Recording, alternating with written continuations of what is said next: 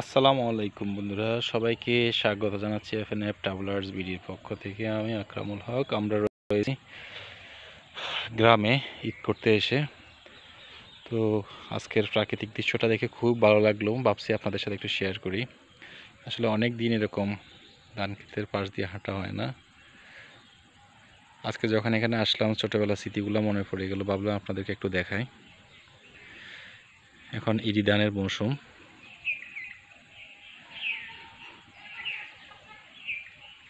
চারদিকে পাখির ডাক আর সবুজ ধান ক্ষেত, অন্যরকম একটা পরিবেশ। আসলে ছোটোবেলা আমরা অনেক দৌড়াদৌড়ি করতাম এরকম ধান ক্ষেতের মধ্যে।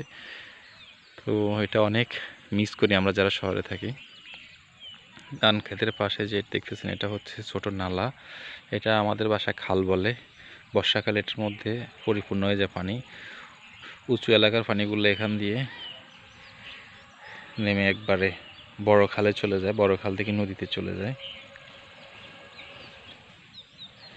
আপনারা দেখেন, এখানে একটা বিড়াল ঘুমাইতেছে।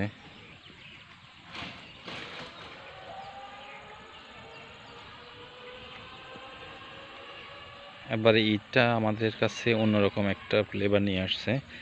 দেশের রাজনৈতিক যে অস্থিরতাটা ছিল, এটা অনেকাংশে কমে গেছে। এখন সবার মধ্যে আসলে আনন্দ বিরাজ করতেছে।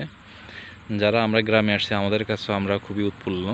আর যারা শহরে আছে, ঢাকা শহরে, আজকে সবাই ঈদ আনন্দ করতেছে, র্যালি বাইর হচ্ছে। গ্রামে যদিও এটা নাই, কিন্তু গ্রামে মানুষের মধ্যে শান্তি স্বস্তিতে আছে। কারণ হচ্ছে জিনিসপত্রের দাম এখন সহনীয় পর্যায়ে। সবাই এখন নিশ্চিন্তে থাকতে পারতেছে, কোনো গ্যাঞ্জাম নাই, কোনো ঝগড়াঝাটি নাই সবার মধ্যে।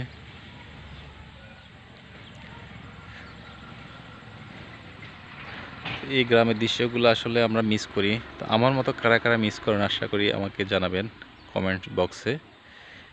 আসলে এই সময়টা গ্রামের প্রকৃতিটা অনেক সজীব থাকে। শীত চলে গেছে, গ্রীষ্ম আসতেছে। এখন গাছে গাছে কাঁচা আম, কদিন পরে আমগুলো পাকবে। আর ইরি ধানের ক্ষেত্রে দেখতেছেন আপনারা, কিছু কিছু ধান এখন লাল হয়ে গেছে, এখনও পাকে নাই পরিপূর্ণভাবে। গ্রাম আসলে এখন আর আগের মতো গ্রাম নয়, অনেক অংশে চেঞ্জ হয়ে গেছে। গ্রামের রাস্তাঘাট এখন ফাঁকা হয়ে গেছে, প্রচুর গাড়ি চলে, সব বাড়িতে ইলেকট্রিসিটি আছে। তো একবারে পিওর গ্রাম যেটা, সেটা আসলে আমরা সত্যি মিস করি।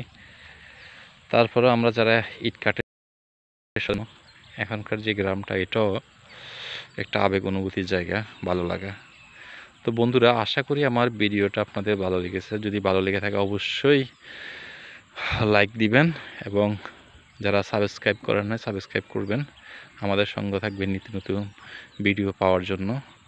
তো আজ এ পর্যন্তই। সবাই ভালো থাকুন, সুস্থ থাকুন, সুন্দর থাকুন। আল্লাহ হাফিজ। আসসালামু আলাইকুম।